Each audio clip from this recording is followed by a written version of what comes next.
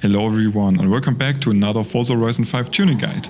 Today we are taking a deep dive into the 2023 Porsche 911 992.1 Turbo S. My goal was to create a competitive S1 tune without touching any aerodynamic upgrades. Because, let's be honest, if you wanted a massive wing, you'd just drive the GT3 RS, right? Finding the sweet spot between sharp handling and raw speed was a real challenge with this car.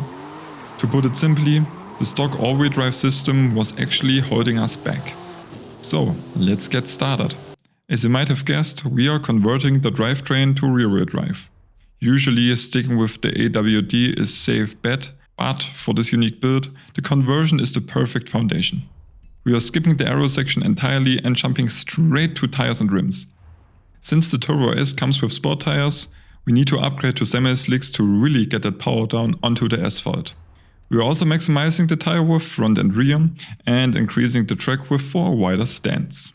To shed weight, I'm installing lighter rims. This isn't just about overall weight, it's about reducing the unsprung mass for better responsiveness. Next, let's talk transmission.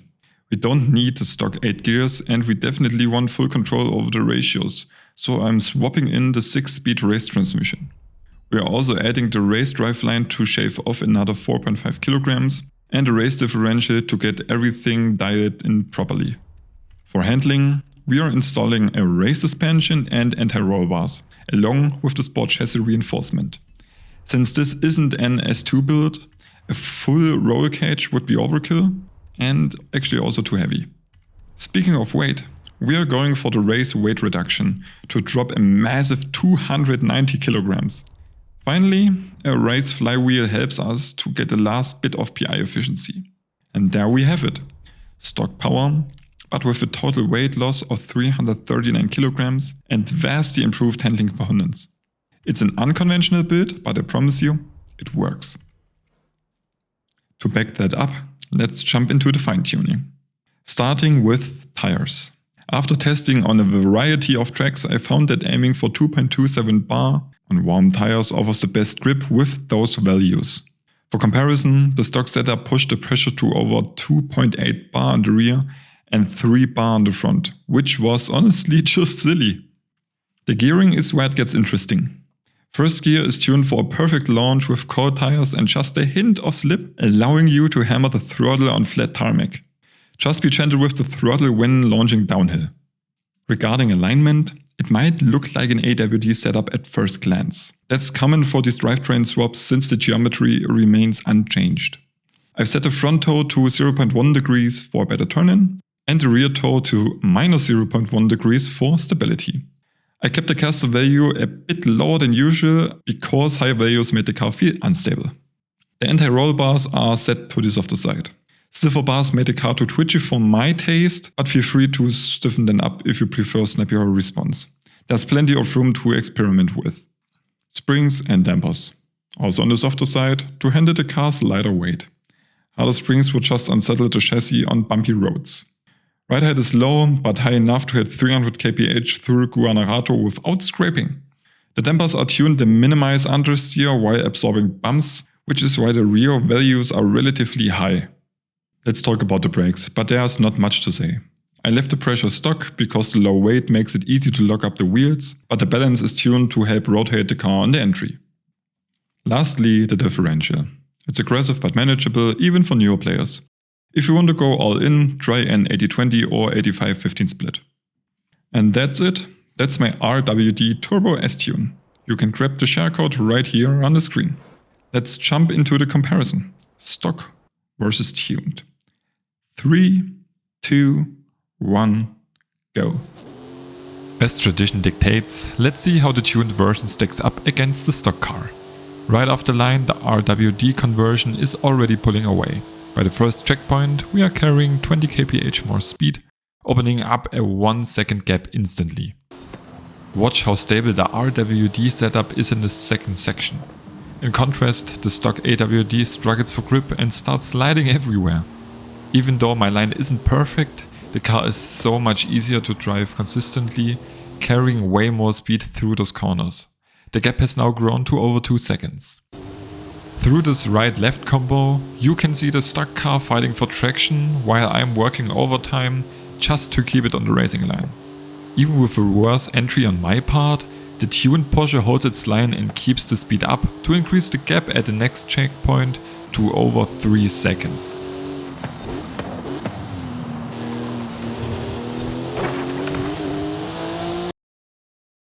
Now both cars are heading down to the University of Guanajuato, where we are witnessing a speed difference of 14 kph. And not just that, look how much steadier the tuned 911 grinds through those corners. Almost no correction or counter steering is needed.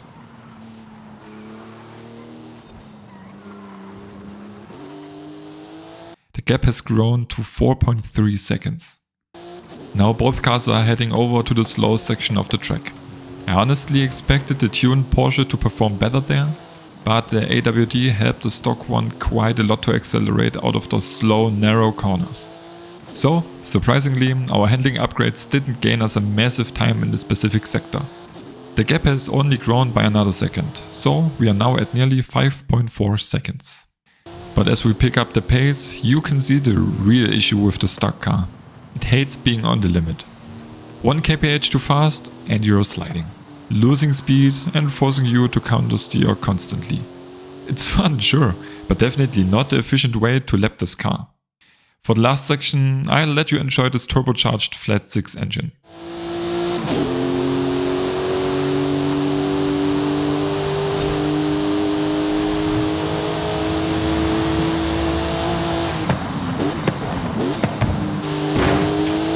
Crossing the finish line, the gap is nearly 7.5 seconds. The thing is that it may not be that much considering the PI difference, but you can get a lap around this 2-minute mark over and over again, because it's so much easier to drive, whereas the stock car demands intense concentration and quite some experience to get a decent time. But we are not done yet. I'm pitting my build against the subscriber tune from Noah Real Racer 1. I won't compare it as excessively, but there are still some points I want to mention. First up, the setup differences. Noah went for a different route. He swapped in the 3.8 liter twin turbo from the GT2 RS and stuck with AWD. Like me, he kept it aero free. The fine tuning was not visible for me, but from what I've saw, there are some points which could improve the setup even more. First, the tire pressures were a bit high, around 2.6 bar front and 2.5 bar rear.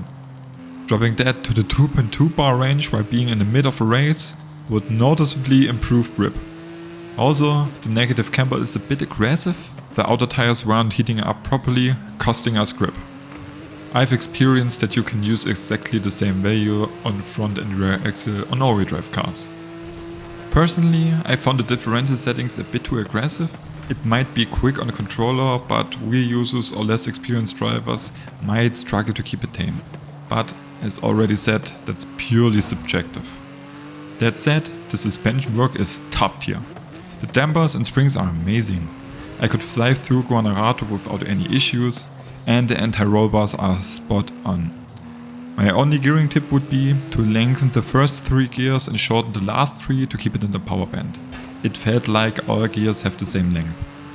With those tire and camber tweaks, I reckon the split could be up to a second faster than mine, especially with that 50 extra horsepower on the straights. Yes, the torque is lower, but HP makes up the top speed. Maybe an RWD setup with the GT2 engine is the next challenge? But that wraps up for today. If you want me to review your tune in a future video, just let me know in the comments. If you enjoyed the video, please drop a like and subscribe. Until next time, keep the revs up high and the weight down low.